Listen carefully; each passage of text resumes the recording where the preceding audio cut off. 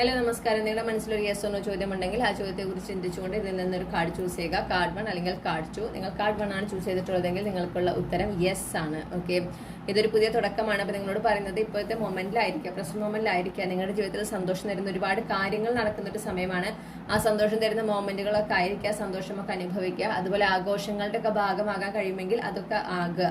അങ്ങനെ ആ സമയമൊക്കെ ഫുള്ളി ആ ഒരു മൊമെന്റിൽ പ്രസന്റ് ആയിക്കൊണ്ട് നിങ്ങൾ ആ സമയത്തിനൊക്കെ മാക്സിമം ആസ്വദിക്കണം എന്ന് പറയുന്നു. അത് നിങ്ങൾ ഒരുപാട് ഈ ഒരു കാര്യം നിങ്ങളുടെ മനസ്സിലുള്ള ആ ഒരു ആഗ്രഹത്തിനെ വേഗം നിങ്ങളുടെ യാഥാർത്ഥ്യത്തിലേക്ക് കൊണ്ടുവരുന്നതിന് സഹായിക്കുമെന്നാണ് ഞാൻ കാണുന്നത്.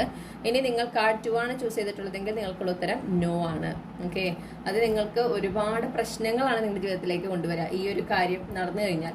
അപ്പോൾ അതുകൊണ്ട് തന്നെയാണ് അതിനൊരു നോ ആൻസർ. അത് നോ എന്ന് പറഞ്ഞാൽ അത് നിങ്ങൾക്ക് ഒട്ടും നല്ലതല്ല. അപ്പോൾ നിങ്ങൾ അതിനെക്കുറിച്ച് ഇനിയൊരു അതിലൊരു എന്താ പറയുക നല്ല മാറ്റം ഉണ്ടാകുമോ എന്ന് ചിന്തിക്കേണ്ട ഒരു ആവശ്യമില്ല എന്ന് പറയുന്നു.